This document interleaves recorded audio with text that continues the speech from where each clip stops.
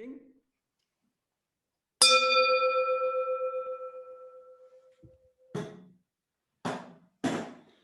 Good evening, everyone. I'm glad to see we've got folks on board this evening. There's 18 of us here. We'll probably get about another 15 or so to show up in a little while. Some people are stragglers. They come in just a little bit late. Or some people do what Tom did today. And Tom said, I have nothing else to do, so I'm going to join an hour early and just sit and wait for an hour or so. That's what Tom did. But we all do different things online. We all have different experiences. I think many of us have gone somewhere and the time wasn't quite right, especially when Russia doesn't change its time and most of the world does. Makes it a little bit on the confusing side. So welcome to all of our friends around the world. We're very happy to see you tonight. We got a couple friends who have been with us before. Sharon is back with us again, and she just spoke recently to us and was a very dynamic speaker, and we enjoyed her presentation a lot. Sharon, are you back in St. Petersburg yet, or is that on 1st June? Not yet. Okay. All right. Because we may pass around the 15th of June. I'm going to be going the other way back to your place. So I got to make a trip back that way. So may miss you, but I'm very interested in your work with children that have cystic with different types of problems. Yeah, primarily cerebral palsy, but you're absolutely right. I want that address before you leave. Well, I leave on the, I think I leave on the 13th, but we'll work that out. If not me, there's a couple other here that can gladly take you over there and introduce you, just that you see what we're doing. Good. So certainly, yeah, we can arrange that for sure. Not a problem. And I'll probably be back in a month. So it's got to go away for a little while and take care of some things. So let's see who else we have on here. I don't see any of our other previous speakers on here. And for our members, good evening, Randall and Rami and Kai. We got 3 other of our members on board here. So good evening to our members. Glad to see you all. I'm going to roll out of my hellos and into my opening statements as president here. Just one moment. Let me get to where I'm supposed to be. And forget Antonina. Oh, I forgot. I don't ever forget Antonina. I just don't call her a member. She's our godmother. Godmother Antonina. That's who she is. Well, good evening, everyone. And as the president of this club, I'm very happy to see that you are here. This reminds me of a short story, very short story, by the 14th Dalai Lama. He talks to people who says that, you know, sometimes we feel so small, we're an individual person, we don't feel significant enough to have an impact. And sometimes that's the way our club feels. We've only got 9 members, we've only got 5 who are active. So we're struggling to stay alive, but we still can make an impact. And here's what the Dalai Lama says. If you think you are insignificant because you're too small, try sleeping with a mosquito. I'm sure all of us at one time in our life or another have been woken up by a mosquito buzzing around our heads and biting us a place.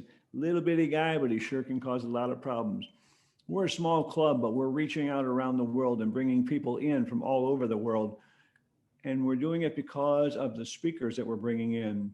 Randall Eastman, our secretary, has been working very hard with a lot of folks to link with them, invite them in and have them come. And many of those speakers are coming back to hear other speakers. So we must be doing something right. I'm not quite sure what it is. But on our past that we just recently had, we had the ICC for Russia and Canada, the ICC for Russia and the United States, the ICC for Russia and Germany. And we're working on a couple more that we're going to be bringing in. We're trying to let people know how to connect with Russia, how to open up communication channels, and how to help each other. We feel that this is something that we want to work on in the past and something we're going to continue to work on as we move into the future. So if you know somebody that you think is a good speaker and has something to say that might be of interest to the folks in Russia and to people interested in Russia who are located around the world, let Randall know, put it in our mailbox. Either he or I will contact you and we'll follow up. But we're certainly looking for more speakers, and we've had some really super ones already, just like Sharon a couple of weeks ago. If you want to get a hot firecracker, grab hold of her presentation because she's a feisty young lady. So We like that when people are bold and going out there and doing things. And we believe tonight's speaker may be saying some things that are a little bit feisty tonight also. He has a different background than most of us, so we'll find out about him. Again, our club is able to do the things we do because of you folks around the world, usually 30 to 40 of you showing up at our meetings, to a small club, but we can have a big, big impact. So if any of you think you're too small, your club's too small to have an impact, forget it. You can. One person can do it. One small club can do it. We can do it together as working as a team within Rotary, all of us working together. So I will go ahead this time and pass it over to our club secretary, Randall Eastman. And Randall, if you'll give us any notes that you might have for this week's meeting. Thank you very much, Michael. I don't have anything special to add. I just want to let you know that I put in the chat today. Now I don't even see where it is, but I'm trying to put in the chat the link to our YouTube channel where we have recorded and shared the speakers who have joined us since last August, including Sharon, which was awesome, as you said. So if you haven't been with us before and are curious, take a look at our YouTube channel. You'll see who has spoken to us, and then you just click on the link, which will go directly to the start time for the speaker. And typically our speakers are speaking to us for about 15 to 20 minutes, and then we have questions and answers. We have pretty much lined up speakers until the end of June, just waiting for one or two more to confirm a date. But we do have continue to have some powerful speakers with us. At the end of June, we will have Michael Alberg, who's a past Rotary International Director and who is currently one of our 2 Rotary International Special Representatives to Russia. And he will talk about that role. And that's about it, Michael. Okay, thank you. Thank you very much, Randall. Appreciate that. We've had a couple more of our members chime in since we opened up. Good evening, Andres Bone. Good evening. And Irina, welcome back, Irina. Good to see your smiling face again. So those are a few of our folks who are our regular members of our club. And again, as I say, we're a small club, but we're reaching out very, very far and wide. Little body with big arms stretching way, way, way out there. Okay. We're going to get into our speaker here in just a moment. Oh, did you have a comment, Andres? Just to say hello to everybody. My microphone was muted, so sorry for that, but I just want to say hello to everybody. Nice to see everybody and have a great evening. All right. Thank you, Andres. Appreciate that. For the rest of you who may not know, Andres is our secretary, our treasurer for our organization. Also, he is our go-to guy for the Children's Rehabilitation Center. He's the one who's the most involved with them, and he's our focal point with them. So, okay, we're going to talk a little bit about our speaker this evening, give him a short introduction, and then turn it over to him. Dmitry Babich. I probably pronounced his name wrong, but that's close. That's close. That's close to it. Dmitry has an unusual background. Currently, his focus is on Russia's modern political history and international relations, but I'm sure he knows a lot about the past Russian history also. He's been around for a while, and he's going to tell us also when he had a full head of hair and what he looked like when he was a little bit younger.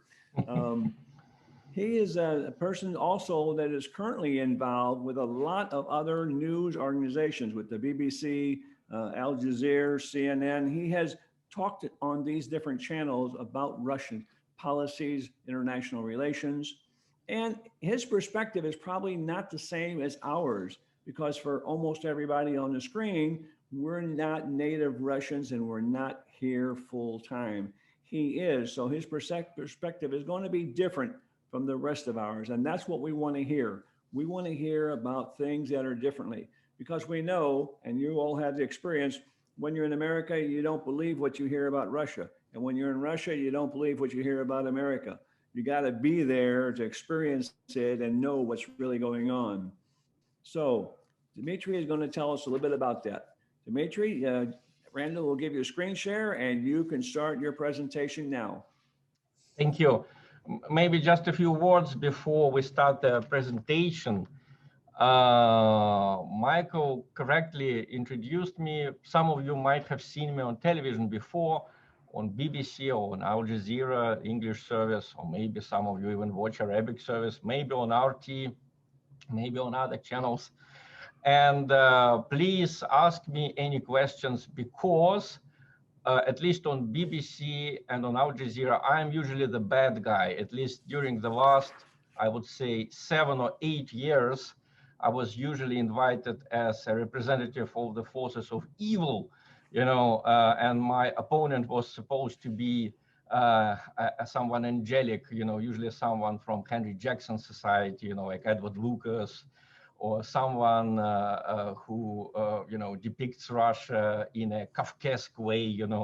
I once talked to Anne Applebaum on television, and it seemed to me that she was going to evaporate. She was so disgusted to see me. So I'm used to these sort of conversations on screen, and please feel free to say anything and to ask any questions. But maybe it will be interesting for you, before you ask your questions, just to learn a little more about me. I have been in journalism for 30 years. I can't believe it, because when I came to the editorial office, and my first newspaper was Komsomolskaya Pravda, which had 20 million subscribers, at that moment in 1990. And I was like the youngest guy in the room, I was just 18. And I was so used to being, just that promising student all the time. So I didn't notice. And now I'm 50. And I'm no longer a promising student, and only Sharon, sometimes looks at me with a kind expression of hope. So maybe, cut me short if I wax too nostalgic and make my story too long, but maybe these pictures will tell you a little bit about me. Okay, Randall kindly agreed to be my Virgil in the world of computers. I'm still a computer idiot. When I started working in the media, there were no computers, or almost no computers, at least in Russia. So correct me if I make mistakes. Just to do away with my childhood really quickly, I was born in Moscow in a family, in a family of a school teacher. My mother, she is still alive, thank God. My father was she also still alive, thank God. He worked as a scientist, but formerly he was a military. He worked in an Air Force academy, and he was a specialist in aviation electronics. So the funny thing about it, that my father always came back from work in his colonel's uniform, which looked exactly like Gagarin's uniform. When you look at Gagarin's videos now, I still feel like it's my father, because he has the same blue things over here. I'm not a specialist in paraphernalia, but his Gagarin's uniform looked exactly like my father's in the 70s and the 80s. And here on this picture, you see me at the age of 13. This is 1983. And I came with my mother and my music teacher, Tatiana. I came to St. Petersburg, which was then Leningrad. Okay, off with it. I was a pretty well-read boy, which helped me when I went to the United States to study in 1991. It was still the Soviet Union. And before going to the United States, how did I get there?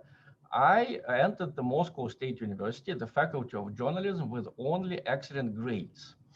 Why did I go there? That's, it was because of cowardice, basically. I wanted to be a philologist. I'm still very fond of foreign languages and reading and comparative analysis, whatever you call it. Now I work on a site which basically translates almost all the articles about Russia. I translate from English, French, German, Polish, Spanish. So I finally became a philologist after 30 years of being mostly a journalist. But I am still very often on television. I write stories. But my main job is now philological, and the people around me, well, they're out now, thank God. It's the end of the day here. Even the people around me in this newsroom are mostly graduates of the philological department of Moscow University. This is our year, you know, when we graduated, my friends. This is me in the center.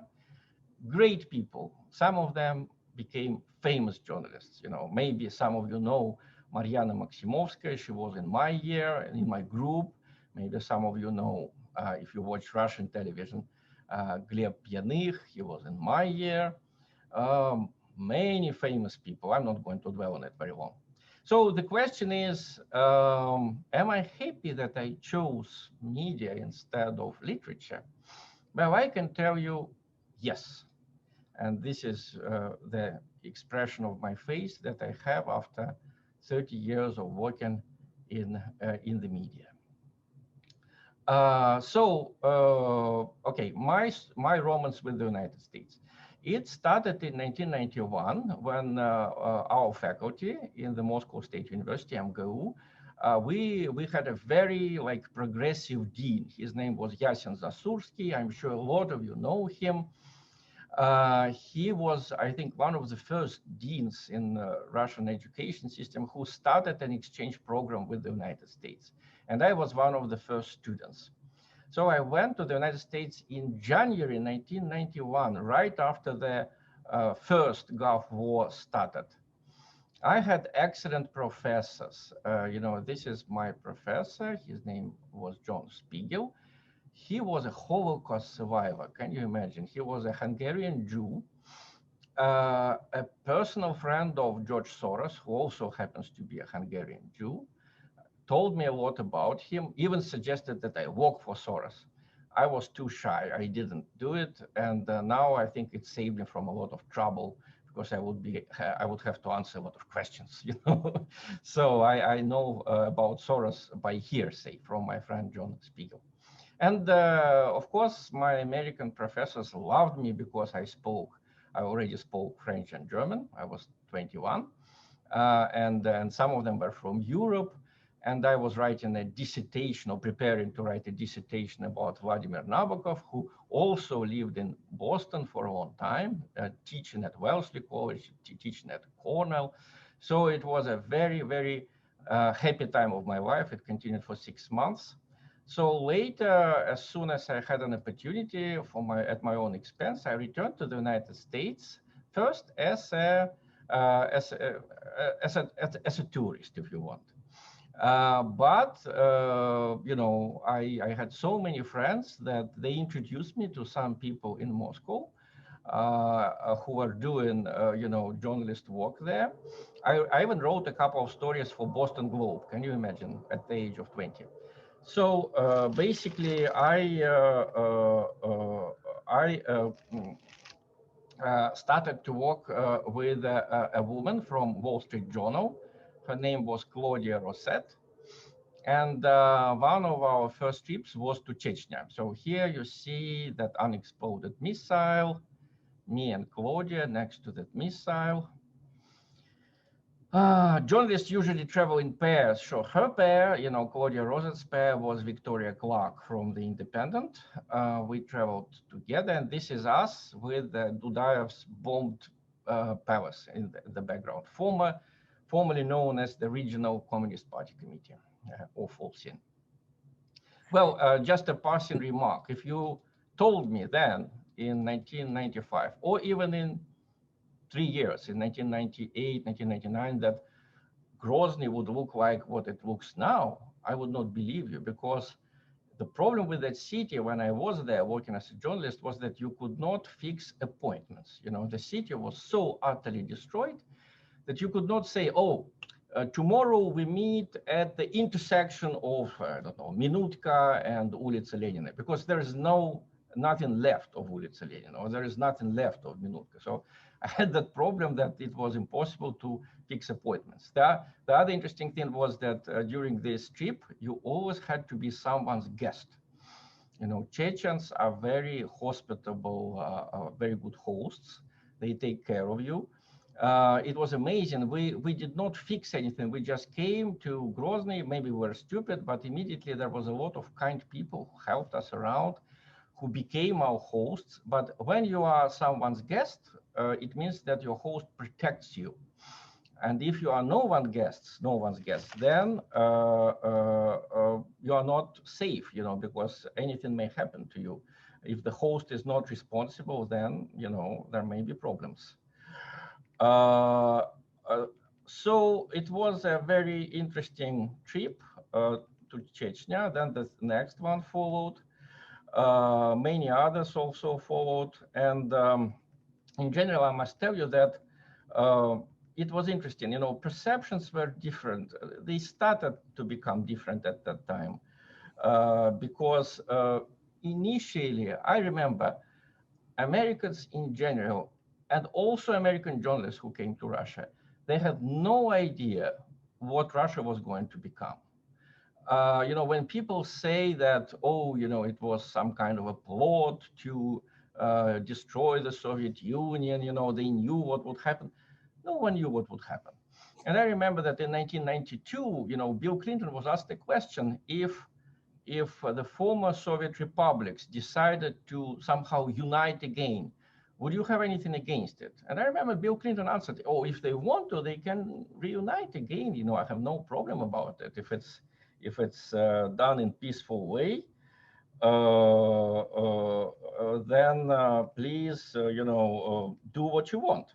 So it's unimaginable now. I mean, imagine now that someone like, I don't know, Hillary Clinton would say it now, it would be just a suicidal politically. So I was, I think, also useful because I befriended the Chechens. Here you have me with two of our hostesses, if I can call that this name, and everything was very interesting and everything was very nice. We even had basically 2 trips, and we developed connections with a family who helped us. Here is me with one of the scions of that family. So I started at some moment, I started to work like permanently.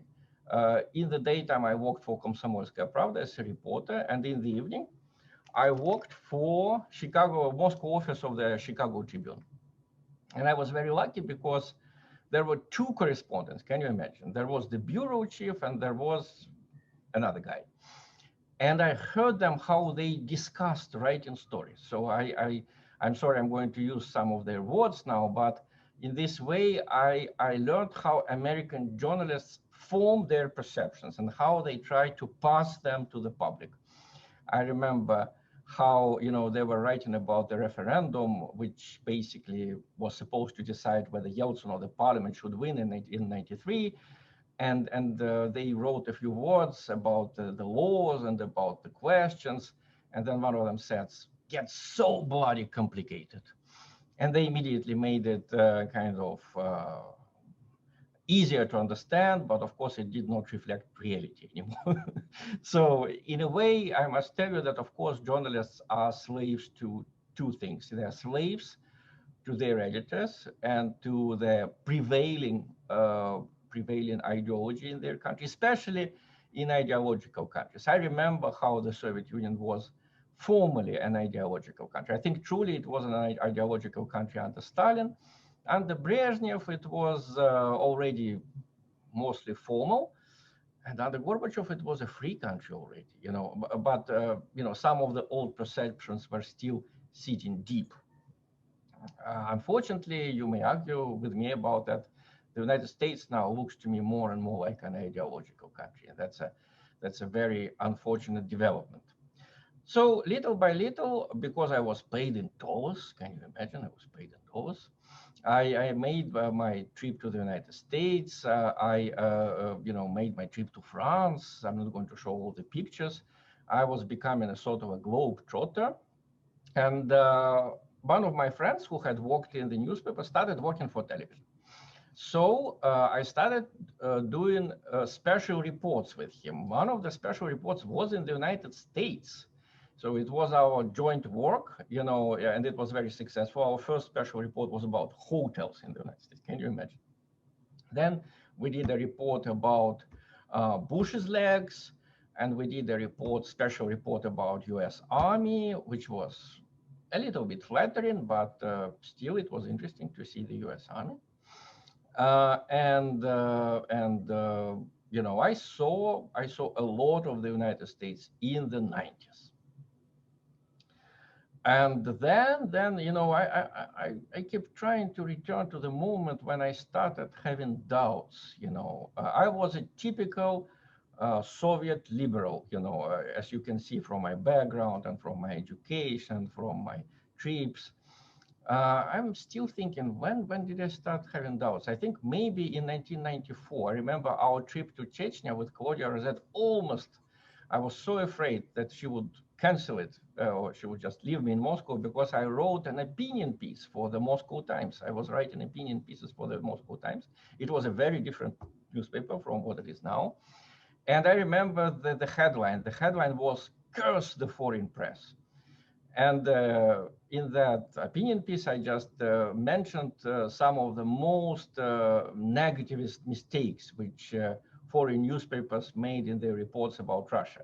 You know, now people say that Western press was very positive about Boris Yeltsin and they were friends. That's not true, you know. The foreign press demonized, unfortunately, I think it demonized the daily life in Russia in the 90s, just like now it demonizes Putin. In the 90s, it demonized daily life, which was hard, but it was not tragic. It was certainly very interesting. It was certainly adventurous. I must tell you that probably I'm just, I was naive, but I didn't see the, you know, the vicious part of it. Everyone keeps talking about Hungry Duck, you know, that bar in Moscow where you could have sex, you know, with young women. I don't know, I never visited. So I think 98 or 99% of the Russians who lived at that time lived just like they live now as law-abiding citizens. They didn't have contact with criminals or with you know, nightlife in its bad forms. I cannot say that the 90s were a terrible time. I think it was certainly, economically, it was certainly better than the last years of Gorbachev, which were very, very hard indeed. So in 1994, there was already this article, and in 1999, there was Yugoslavia.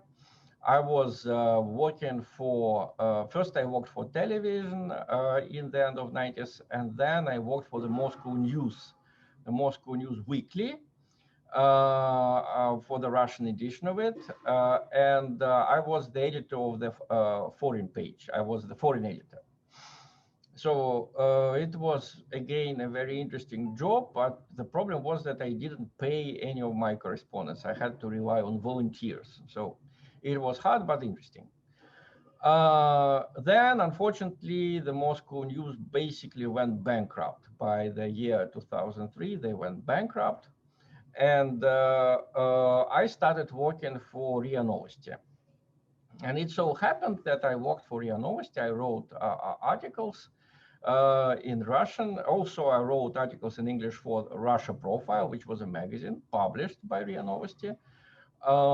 And just next floor to us, suddenly a television station started to work. The name of the television station was Russia Today. I can tell you a terrible secret. I worked for them, I think, for 12 years as a volunteer. Didn't get any money from them. Now I'm getting a small amount because I'm kind of a veteran, and we have been doing crosstalk program for, I think, about 6 years now. So only recently I started to get remuneration for that. Before that, I worked as a volunteer, and it was very interesting because I got to know a lot of interesting people thanks to RT. Again, I was their expert. I was not a correspondent. You know, I was not going around with a micro and camera. But I was invited to their roundtables and I was interviewed on important occasions. So here you have Peter Kuznik, whom I befriended thanks to RT, and CGTN America. We were on CGTN together with him. I got to know Ken Livingstone from London, you know, the Red Ken, as he was called, also a former mayor of London. One of my most cherished friendships was Giulietto Chiesa. He is unfortunately dead now. But I must tell you, you know, whenever I came to Chechnya, he was there. In the late 90s, in the early 2000s, he was always there. He was a very hard-working person. In Komsomolskaya Pravda, I translated into English his interviews with Gorbachev. It was a very interesting project.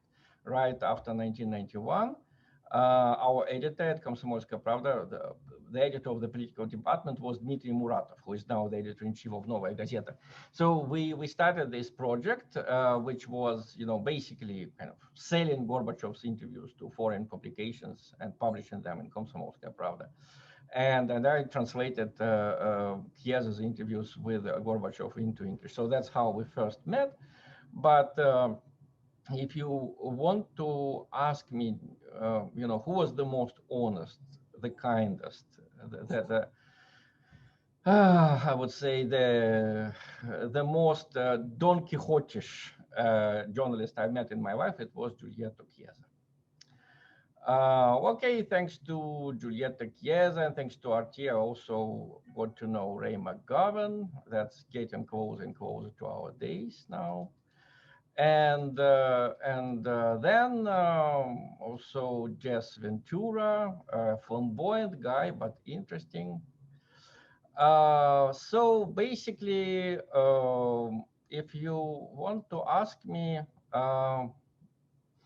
what did I learn from my experience as a journalist, it is that yes, perceptions change, but the most dangerous people are the people who don't change their perceptions. In relation to Russia, people who understand Russia and people who don't understand Russia, I still can't tell you how that magic works. Shall we just take away the presentation? I think it's better to look each other in the eyes now.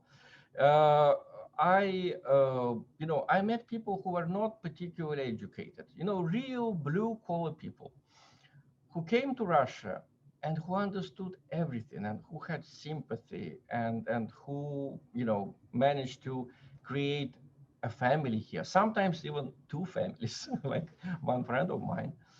And there were very educated people, personally very kind people, who came, maybe they came with preconceived notions. Maybe they read too much Russian literature or literature about Russia and they understood it primitively.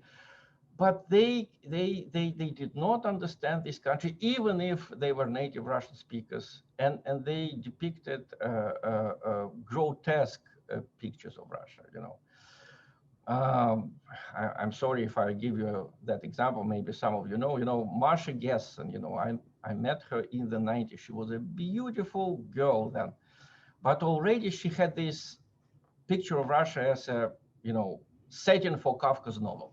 So if you read her articles, well, I like to read them as pieces of literature, because this is what Kafka would have written about Russia if he had come to see us.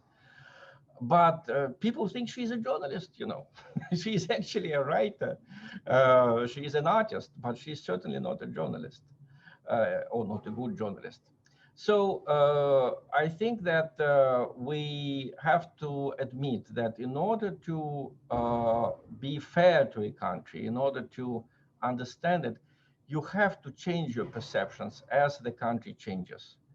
And also the other important thing about, I think it's very important for a journalist.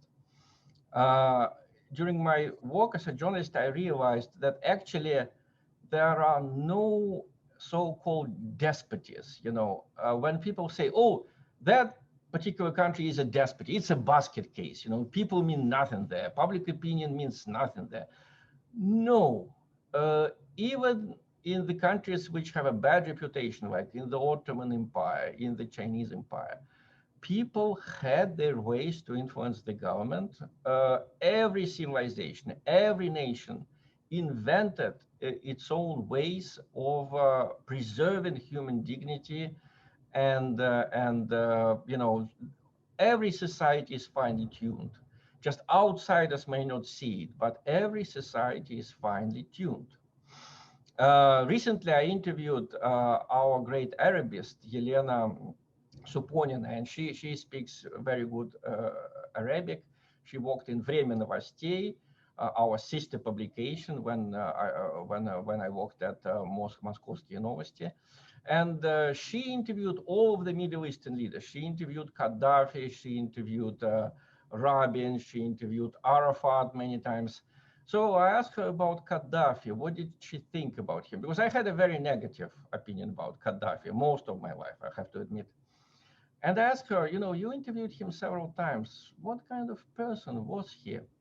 And she said, well, Dima, I think it will be hard for you with your kind of European mindset to understand him because, yes, he liked kitsch. Yes, he dressed, you know, unfashionably and sometimes grotesquely. But remember, Dima, he did not rule a European country. He ruled an African country. And kitsch is important and acceptable there. If you look even at the United States, you know, the taste for kitsch which Americans have, and which I sometimes admire, I think part of it comes from connection to Africa. And this is not bad. This is actually good. So these are the lessons that I learned from my work as a journalist in various countries. And now I think it's just about time to answer questions because, you know, if I continue on and on, I will not understand where I'm not understandable. So please ask me your questions. All right, Dmitry, thank you. 1 second, Ram. Thank you very, very much. Let's all give Dmitry a round of applause, please. Everybody, thank you very much. Thank you, Dmitry. It's always interesting to hear about different individuals, different perspectives from different angles, if you will. And we have a very international group with us tonight. So I'm going to start with the first question is going to be from a Canadian. This is a man who's raised in Canada, spent several years in Shanghai, and now is in St. Petersburg. So Randall Eastman, what is your question for Dmitry this evening? Thank you very much, Michael and Dmitry. Last week, I was talking to my Russian tutor, and I was actually working hard trying to convince her that that in China we ate, and I don't like chicken feet. And I kept saying chicken feet, and she said, no, you mean chicken legs. I said, no, chicken feet. She said, chicken feet? Yes, chicken feet. So we finally got over that, and we were joking about Bush's legs. And I wonder, Dmitry, you mentioned that today. Can you explain to people what Bush's legs are? And I think you did a report on that. Yes. Well, in the early 90s, I mean, especially in 1989, 1990, 1991, the food situation was terrible in Russia. I mean, if people tell you now, oh, it's so difficult to live, well, it is nothing compared to what we had then. There are many reasons for that, which I will tell you shortly after explaining what Bush's legs were. So after the reformers came to power in 1991, 1992, the first thing they did, they bought a lot of chicken food from the United States. So suddenly Russia was just flooded by poultry products from Clarksville, Arkansas. I later visited that plant that produces it. Maybe not everything was quite kosher there because, you know, Bill Clinton was involved, and this plant was actually one of the main sponsors of his campaign. But since it was George Bush the Senior who was in power, Russians decided that these chicken legs came directly from George Bush the Senior. So they called them Bush's legs. And it's strange, you know, again, talking about cultural stereotypes. Russians think that the legs, this is the best part in a chicken. Russian Jews also have that opinion.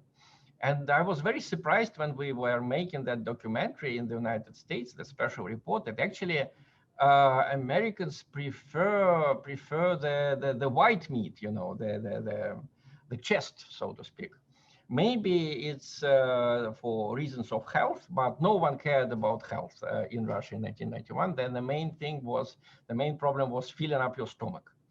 And I think it was good. It basically saved us. You know, the reason why the situation got to such a critical point, you know, after interviewing a lot of people, I now can tell you, basically, the constituent republics of the Soviet Union, now independent countries like Armenia, Baltic republics, Baltic states, Ukraine, they stopped paying taxes to the Soviet budget back in 1989. So there was no financial discipline.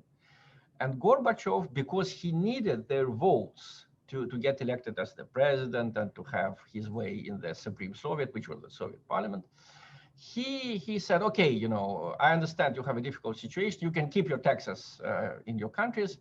He refinanced the budget by taking the money from Sberbank and by printing money. And the result was a terrible inflation.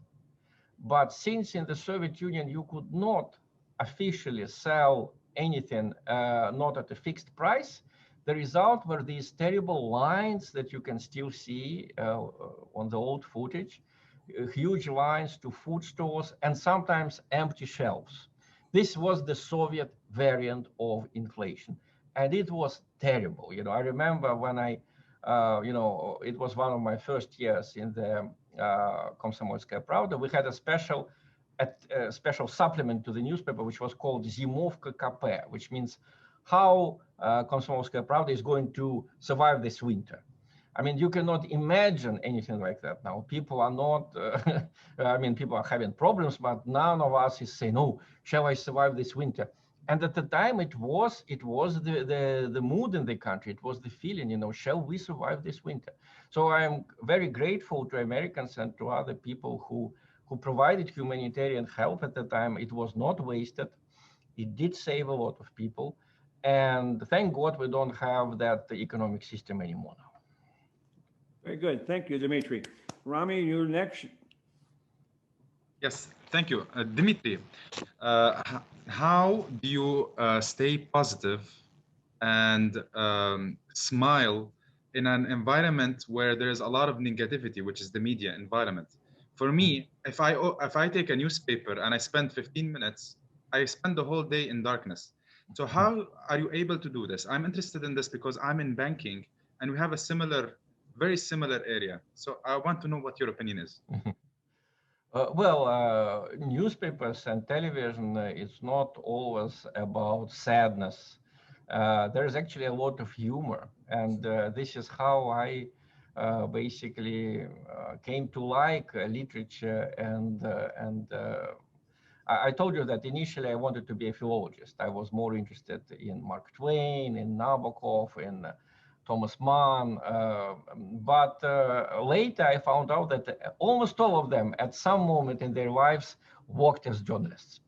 By the way, I must warn you that you can be a scientist and, I don't know, clean the streets, or work as a night watchman.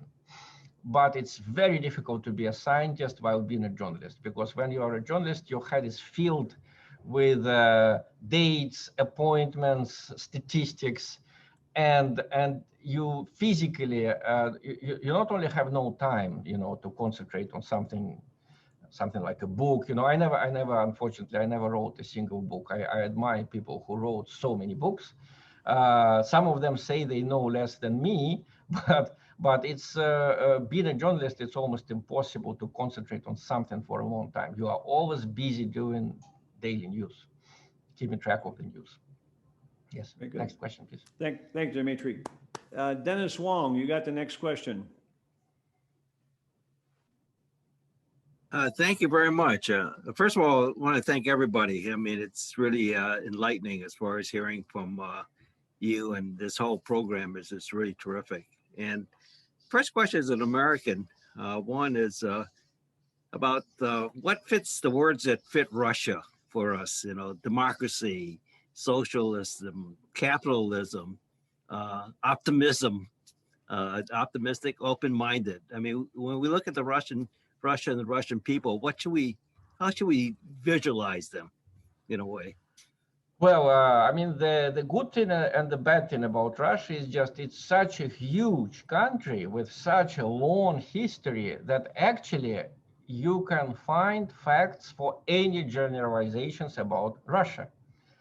If you want to say oh, Russia is the most slavish, the most unhappy, the least democratic country in the world.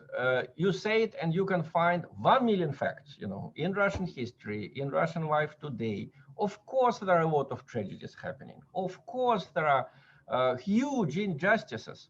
But on the other hand, if you say, no, Russia is the most free, the most open-minded, the most interesting society in human history. And you will find hundreds of thousands of facts to support that theory.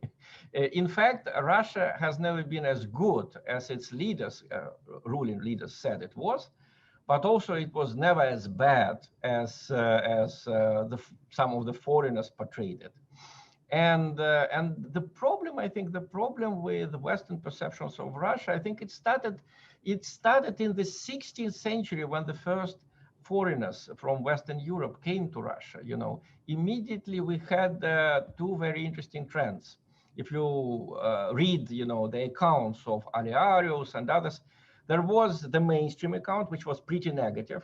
They said that the Tsar was a despot, when guests visited him, they bowed to the ground, And there were another group which was over-optimistic. There were people who wrote, oh, it's such an interesting people, they're also Christians like us, but in their own special way, if we just correct them a little bit and convert them to Catholicism, they're going to be wonderful Catholics, And the same story was, by the way, with, what you call now Native Americans and what they called Indians, in North and South America, when first travelers came there, immediately there was this separation. Some of them called them barbarians, the majority called them barbarians, the minority said, oh no, if you walk on them, they're going to be just like us. Well, I think the truth is that we are not as bad as the pessimists said, and we're not as good as the optimists said. And the best solution is just to leave each other in peace, to understand that we are different and not to make generalizations. One of the most terrible generalizations I read was in a letter which we received at Russia Profile, that magazine where I worked. There was a British person who wrote that out of principle, I don't work with people who graduated from the school before the collapse of the Soviet Union. The people who grew up in the Soviet Union, they're hopeless. They have no initiative, they are not inventive, they are not reliable. I don't work with them. And I remember that first I was surprised, and then I just gave it a thought, and I thought, how terrible, this person is just kind of excluding from society a whole huge group of people. Why is he doing that? Purely, mostly for ideological reasons. So basically, I think that no society can live without ideology. And in Europe and in the United States now, and in Russia, ideology kind of replaced religion. What was the religion in the 16th century, ideology is now. But I prefer moderate ideologies. I think social democracy in the 20th century was a moderate ideology. What we have now in Russia, despite some problems, is basically a moderate ideology. Radical ideologies, I can tell you how you can, sort them out. Usually, they always trash history. They say that everything before us was just trash. It was colonialism, or it was oppression, it was slavery, it was barbarity, nothing good in the past, except Marx, Engels, or I don't know, some fighters for human rights who were just like us, The rest is absolutely worthless. And also always looking for oppressed groups and oppressing other groups in the name of historical justice. This is how you can tell a radical ideology from a moderate one. That's my own impression, my own experience. Okay, Thank very you. good. Thank you, Dmitry. Yeah, I'm sorry. Go ahead, Dennis. I didn't Just, even interrupt you. first of all, because of you and Michael and Sharon, I'm more optimistic, by the way, about our relationships and going forward. And one of the things, there's many of us involved with, World Free of Nuclear Weapons. And one of the questions that you always have is, under what conditions would Russia consider giving up their nuclear weapons? Assuming that the United States would also give up their nuclear weapons. Well, I think that nuclear weapons are terrible, and I still hope that they will be trashed, at some moment. But currently, I don't see any possibility of that happening. And by the way, I mean, please note,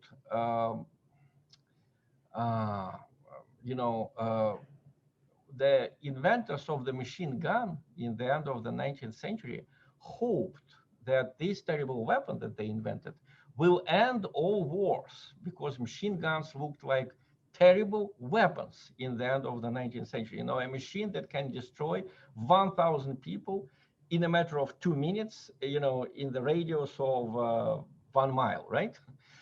And they thought, oh, this will end all wars. And then tanks were invented, and we know that machine guns did not stop the World War I, right? Historians believe, the cynical part of historians believes that peace between Russia and the United States, and in general peace in the Northern Hemisphere in the second part of the 20th century was preserved because of this terrible weapon, nuclear warheads on intercontinental missiles. Maybe, but even if we believe it, which is okay, let's admit that this is possible, they will also become obsolete. These missiles with nuclear warheads, just like machine guns became obsolete when tanks appeared. So something else will have to be invented, and the world will always be in danger until we start to change our perceptions of each other. And my view of the recent future, of the immediate future, is pretty bleak. I think I heard it in an interview from the editor-in-chief of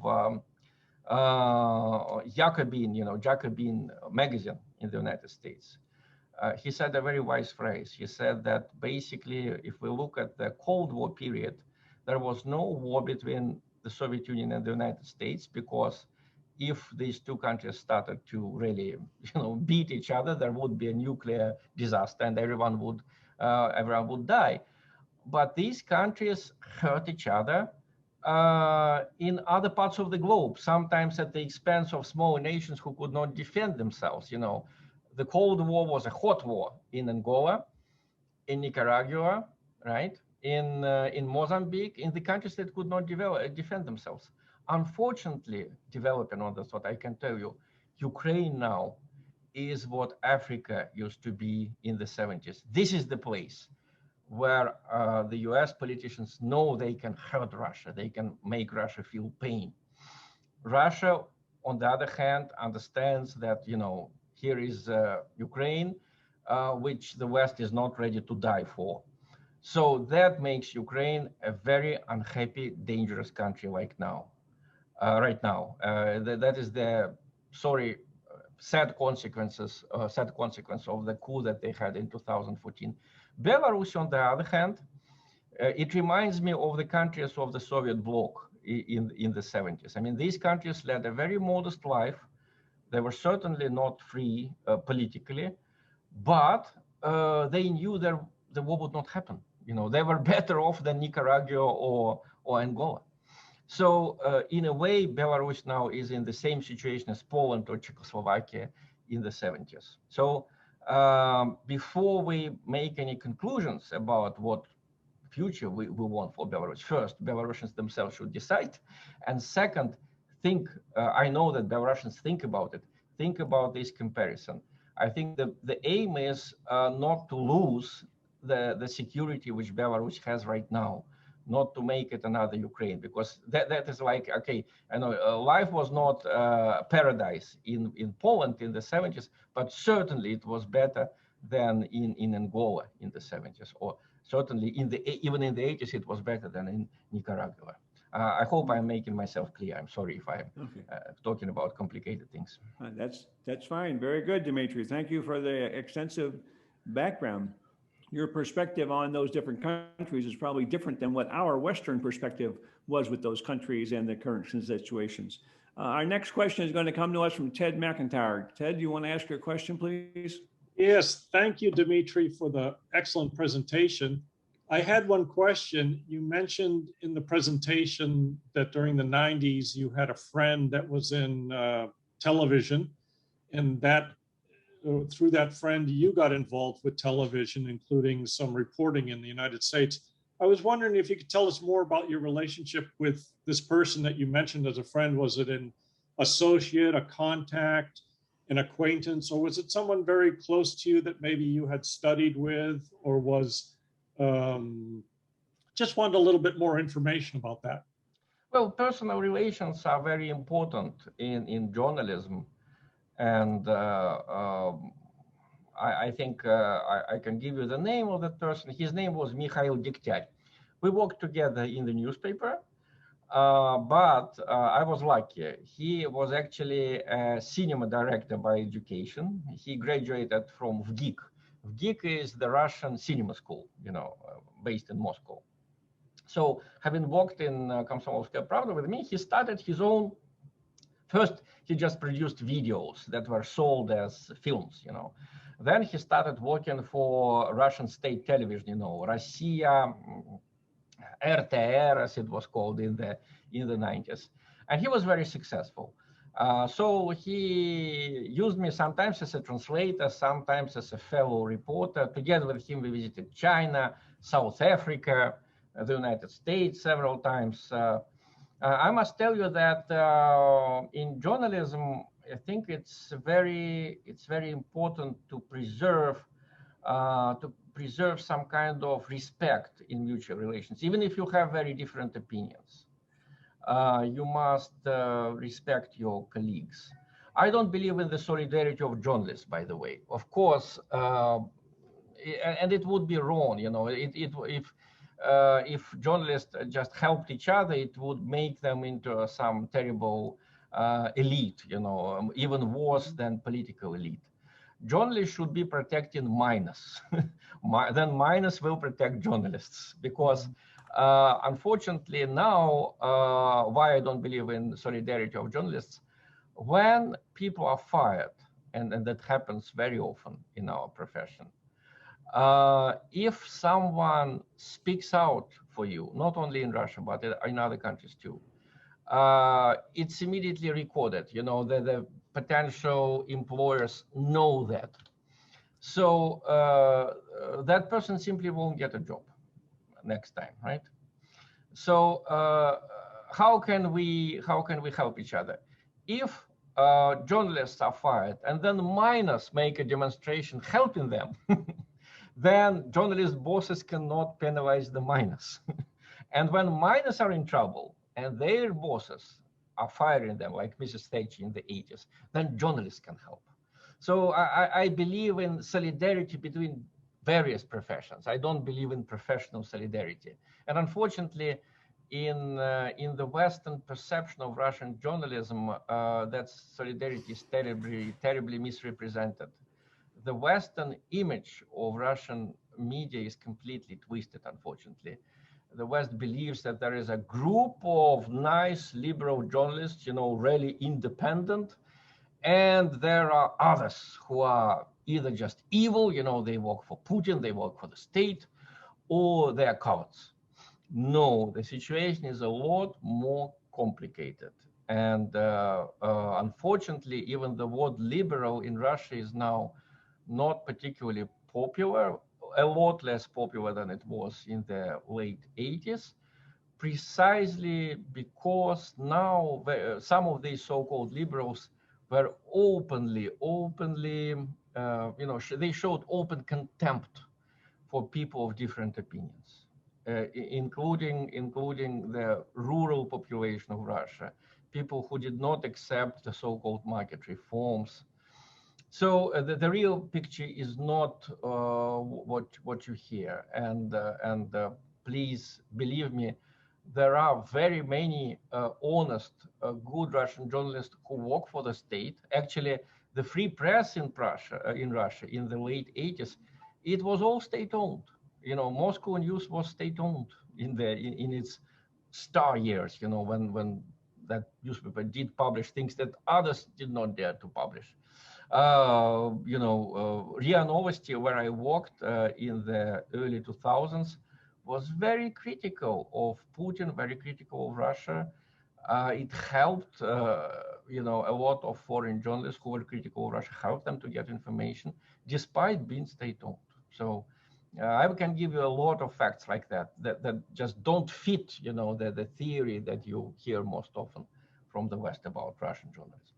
Thank you. Thank you. Very good. Thank you, Dmitry. Our next question is going to come to us from Travis. Travis, will you turn on your microphone so we can hear your question, please? Absolutely. I'm also in Moscow. I've been here off and on for six years. I really enjoy the lecture. Let's see here. 1 second. Russian propaganda and soft power is 20 years behind the United States. What is Russia media currently doing to bridge the gap? Is that the question? Yeah, like what exactly, how exactly is yes, it's a question. So how is Russia currently pursuing to what is Russia currently pursuing to bridge the gap? Because American propaganda is just so much more sophisticated. Well, I wouldn't say that American propaganda is now living through its best years.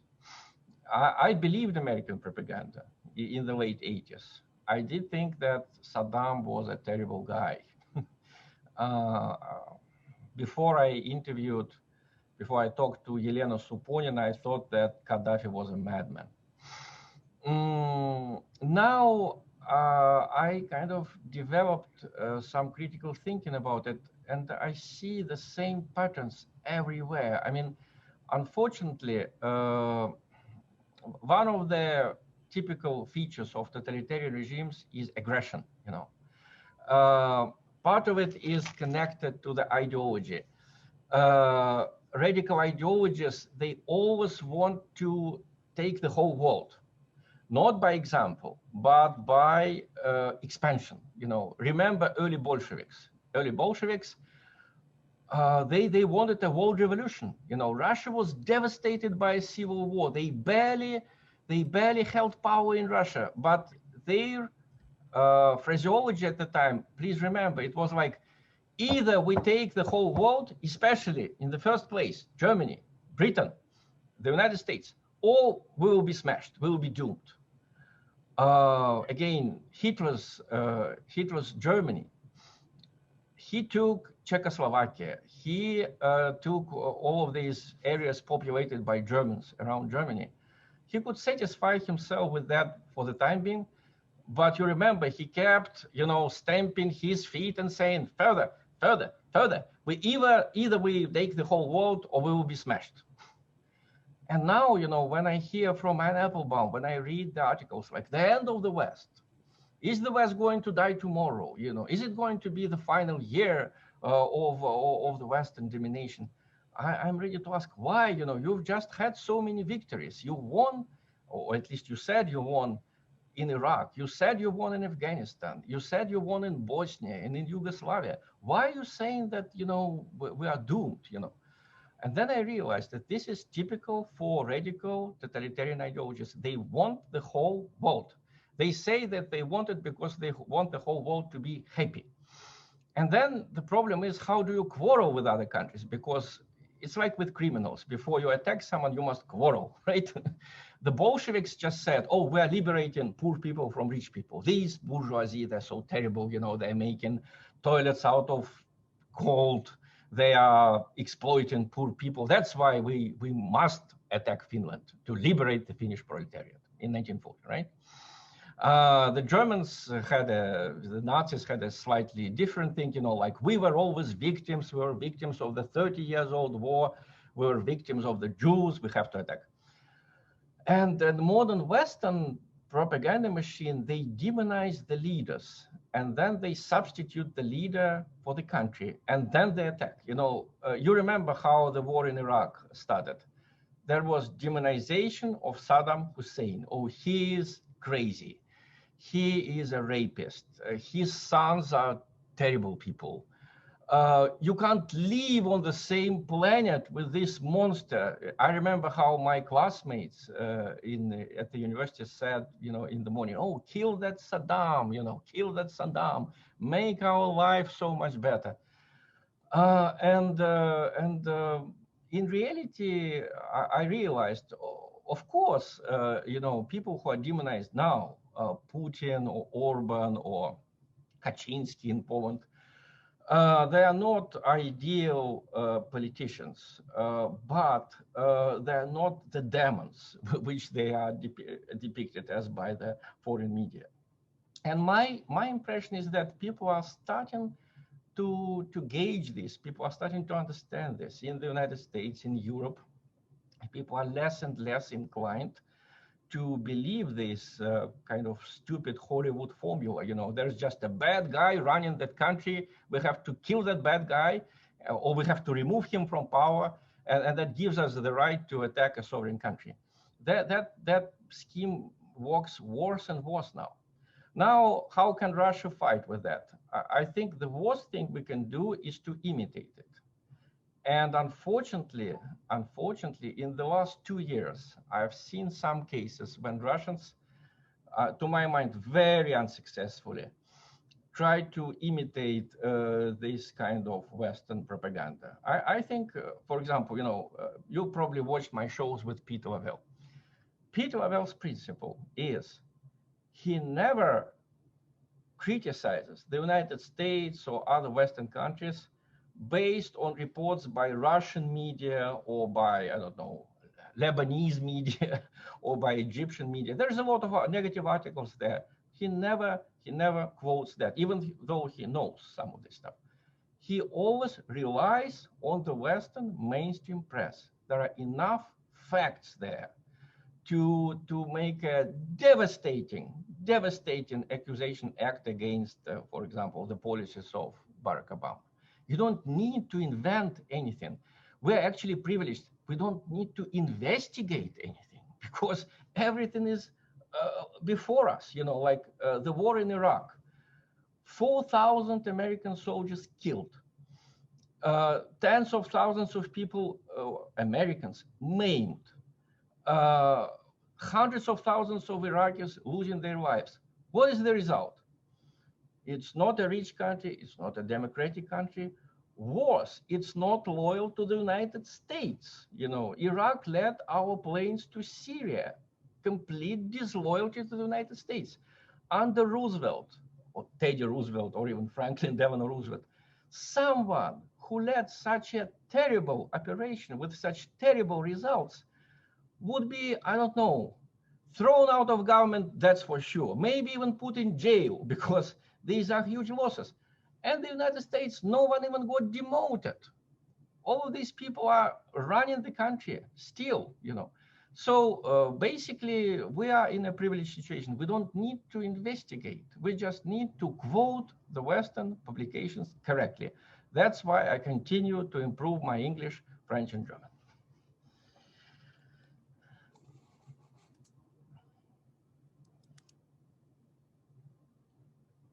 Okay. Oh, I don't hear you, friends. What happened? Michael, I'm you're sorry, muted. sorry. Okay, fine. The next question is coming from Renya, and I ask you, please don't make your answer too long because we're going to be running out of time. Sorry. Yeah. But Renya, go ahead and ask your question. This might be a little complex, but I'd be very interested to know, and thank you very much for your presentation, by the way, it was superb. Are Russian liberals at all aware of or interested in the conversations going on in Canada right now about decolonization? They bring into question issues of identity, race, and so forth. Is this something that sparks any interest? Well, there are some people among Russian liberals who are interested.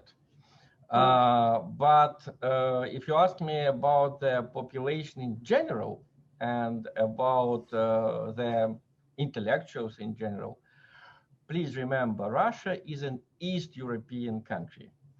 So despite several decades of atheism, it is still a pretty traditionalist society, at least in attitudes. I mean, yes, we had divorce for 100 years. It was very easy to get divorced in the early Soviet Union, much easier than in the United States or in Canada. So in a way, we made that huge leap forward in some areas under early Bolsheviks. And in that sense, we got some kind of immunity from certain things, which I think the West is now repeating. For example, let me give you an example. When I came to the United States in 1991 already, there were whole bookshelves, you know, in bookstores, which I loved to visit. You cannot get me out of a bookstore. There were whole shelves filled with like women's literature, gay literature, you know. And I tried to remember, did we have anything like that? And I remember, yes. In the early Soviet Union, literature was divided into proletarian and all the others. So proletariat was supposed to be good. You know, it was supposed, like previously oppressed group of people cannot be bad. They are good. You know, they suffered so much. And the result was awful because basically there is no division between writers except good writers and bad writers. So we dropped it, thank God, dropped it back, I think, in the 30s and 40s. But we got such a huge immunity. So when in Russia, in the literary circles, someone starts saying, oh, écriture féminine, you know, women's literature or gay literature, the attitude is usually very skeptical. They say, show us the work of this particular writer. You may even lie. You may even say he may be a man. He may be writing under a woman's pen name. It may be a woman writing under a man's name, you know, like Georges Sand. Show us the product. Then we will tell you if it's good or not. So I would say that there are people in Russia who just imitate everything Western, and they may be interested, and you find them in the universities, and sometimes they force the students to fit this criteria, but it's not accepted in the society, and not only in Russia. I think I speak Polish, so I can tell you that there is roughly the same situation in Poland and in other East European countries. It's just a different culture, and injustice and exploitation in Russia spread. It of course existed here, but it was different from the United States and Canada. In Russia, the exploited people were not blacks or people of other races. You know, in Russia before 1917, the exploited population was the rural Russian population, you know. And the reason for that, you know, we needed a big army, we needed a big navy to basically protect the country, not to let it become a colony. Okay, Russia never became a colony. That's why decolonization doesn't sound to us as particularly attractive. We did not become a colony.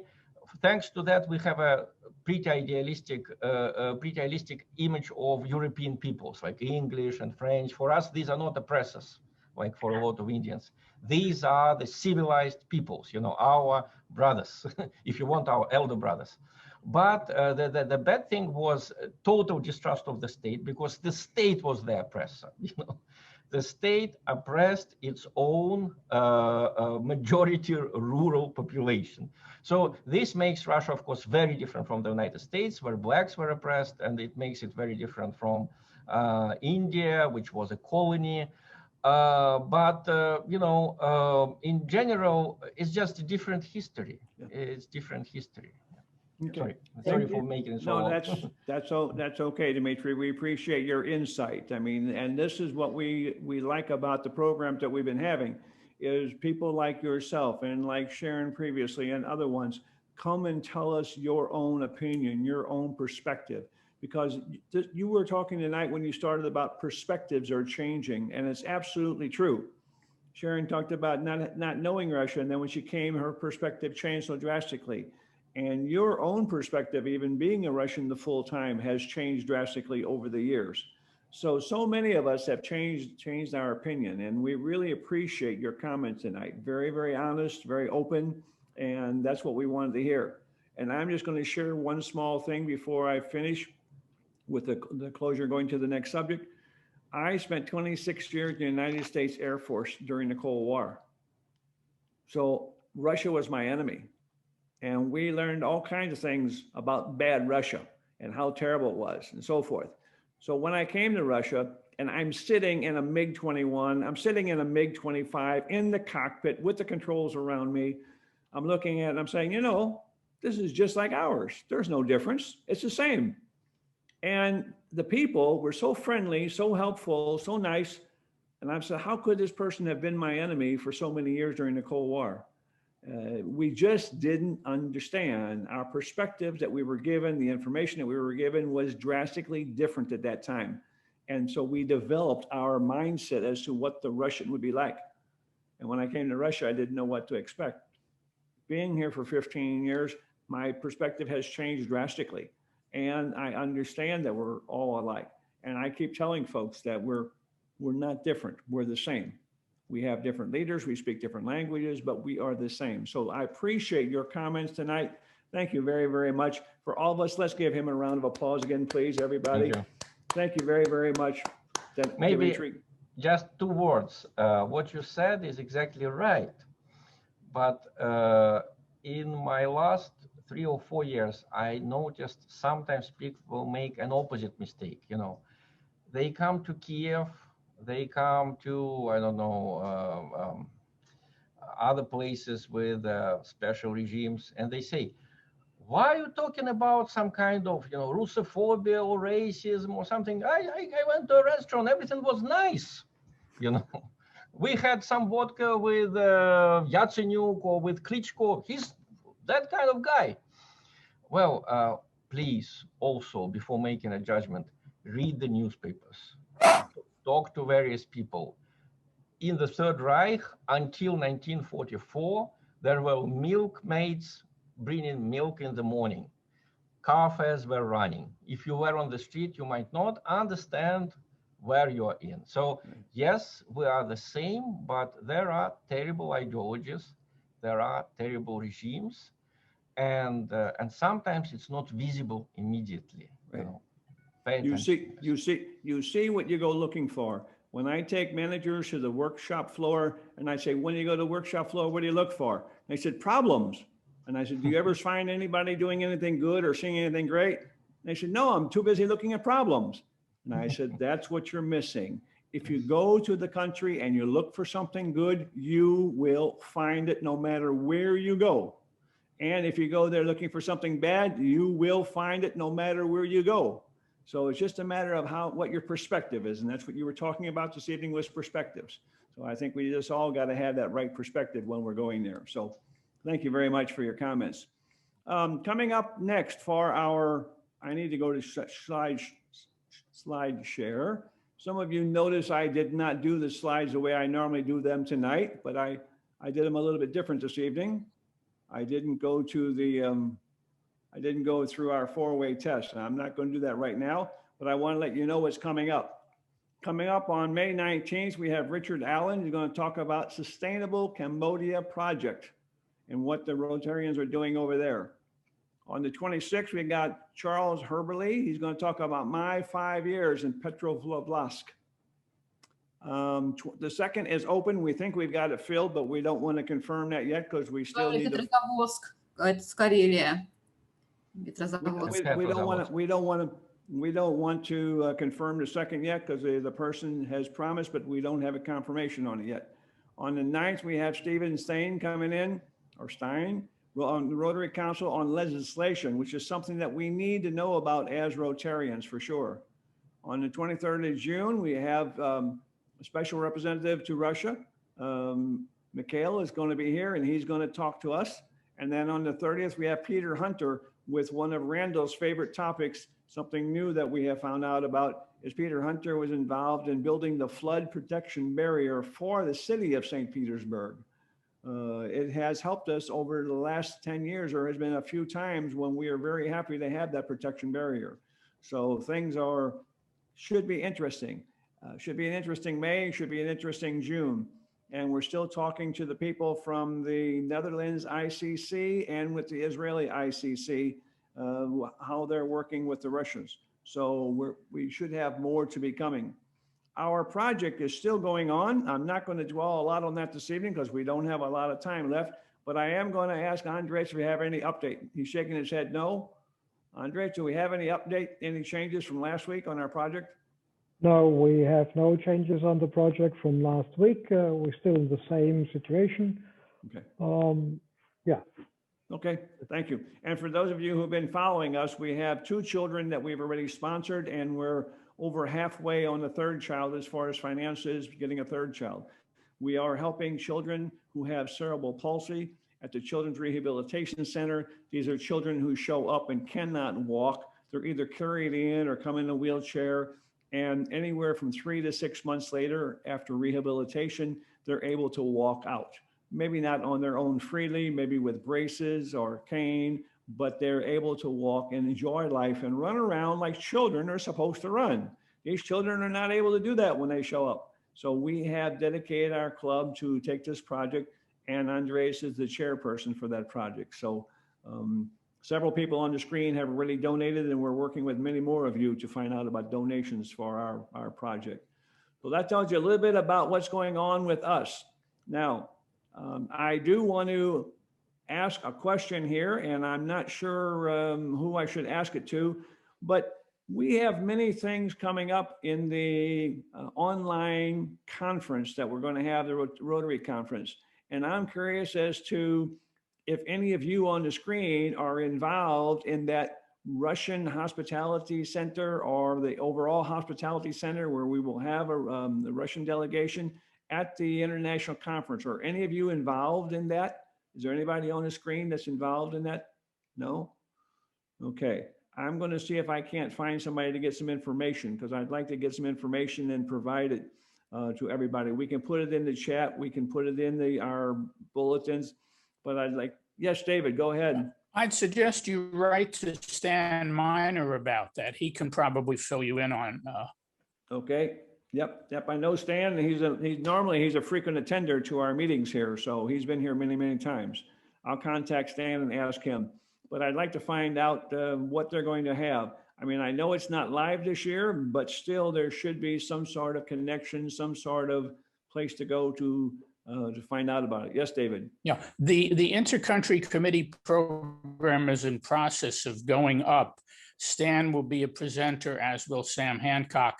But again, because it's virtual, it's a little slower going up this year than in prior years when it's been live. Okay. All right. Very good, David. Thank you. And I know you have a lot of inside information with a lot of folks that you talk to all the time. So I appreciate that. We will try to grab it. I hope to have an update later this month. Right. Well, we're going to see what we can grab information this week between now and next week and put it on our chat box so people know where to go and how to find out that information. I think it's important because almost everybody on this screen is interested in the Russian connection with their country, wherever they are, Canada, America, or Giovanni from Italy. Everybody's concerned with the Russian connection. So we want to try and provide that connection, provide that information. But we sure do appreciate everybody coming on board, everybody listening to our speakers, and we appreciate those folks who have contributed to our project.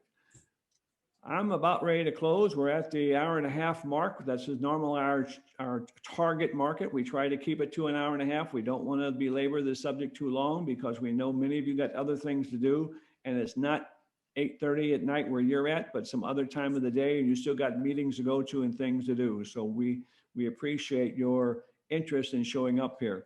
Any last-minute comments from anyone? If you raise your hand, if you got a last-minute comment, anyone? Any comments from anybody? Okay, let me run Antonina, go right ahead. I put something in the chat, and it was a little bit about of Russian people, how I understand it. Okay. Do not forget, we are Euro-Asians. And this civilization, European and Asian, are very different, really. Russia has a long and very complex history. And because of this, I think we rely on ourselves, first of all. We are inventive, and we have certain mistrust in all new aggressively approaching. So that's it. Okay. But word aggressively here was not about nature of our people. Right. Okay. Yeah, thank you, Antonina. I agree with your comments. I think that you're right on target. And if somebody would like to smile, maybe somebody in the future can come online and talk about what would the Bogarts think if they were living today.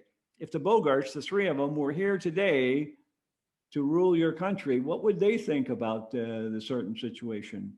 And if you don't know who they are, maybe I'll get some information and pass that out for you in the future. But there was three folks long time ago who historically in mythology did some wonderful things for Russia. So maybe we should bring them back around and see what they can do for Russia today.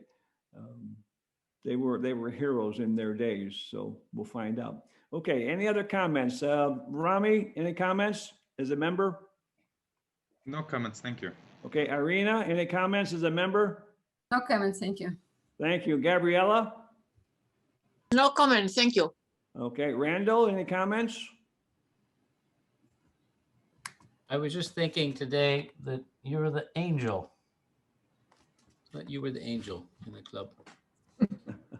Dmitry made reference to an angel. Thank you, Randall. I've been called a heck of a lot of things, but I don't know if I've ever been called an angel before. That's a good one. Okay. My closing comments for this week is stick together, help Russia and Canada, Russia and United States, Russia and Germany, help Russia with all these other connections. As Rotarians, we can bring more peace to the world, not just to Russia, but more peace to the world if, in fact, we work together. And if we try to understand each other and listen to people like Dmitry, listen to people who live in the country and get their viewpoint. It's drastically different than an outsider's viewpoint. Even though a foreigner comes here and lives for 15 years, you still don't see things the way they do. You still see things differently. Listen to their opinion, open your mind, at least be willing to listen. And that's what Dmitry talked about when he said about journalists. Those journalists who respect each other, they may not agree on a topic, but at least they respect each other long enough to listen to what they have to say and put some value in that. So I suggest we do that all over the world. I suggest that we listen to each other, get to know the local people, and try to help them because everybody has got problems. I'll close with my same story that I use frequently. We are all, and I'm talking about the whole world, in the same boat together. It's a boat called life. And if one person drops an oar, your duty is to pick up that oar and keep rowing so that we stay alive. If we don't all work together, that boat is going to sink, and we don't want that. So let's keep the boat rowing. Let's keep it going towards the new adventures, new things that we can do in life by all grabbing an oar and pulling forward. Thank you all very, very much. We'll be back here next Wednesday, same time, same place, another speaker, and we appreciate you all coming back. Thank you all very, very much. Good night, everybody. We will be here for a few minutes to chat if somebody wants to, another 5 minutes, but otherwise, oh, forgot.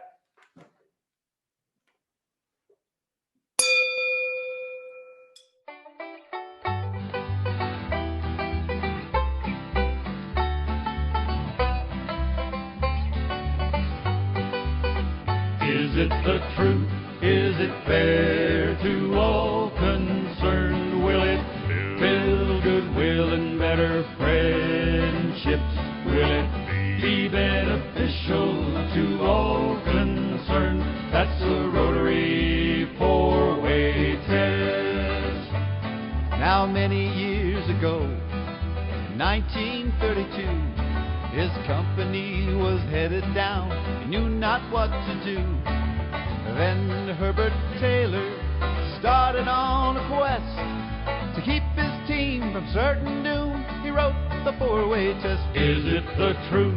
Is it fair to all concerned? Will it build goodwill and better friendships? Will it be beneficial to all concerned? That's the Rotary four-way test.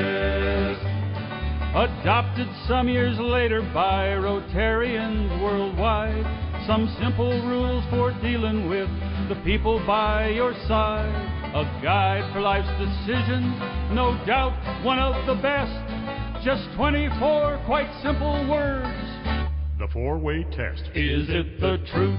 Is it fair to all concerned? Will it build goodwill and better friendships?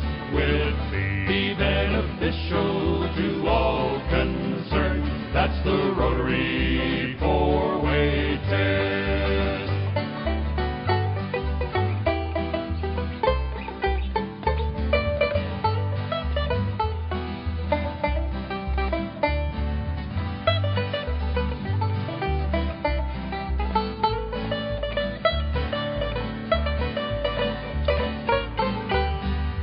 In the class or on the playground with your friends at school, you'll find that hurtful words and actions really aren't too cool. So as you make your choices of what to do or say, remember that old four-way test and you will be okay. Is it the truth? Is it fair to all concerned? Will it build goodwill and better friendships? Will it be beneficial to all concerned? That's the Rotary four-way test. And will it be beneficial to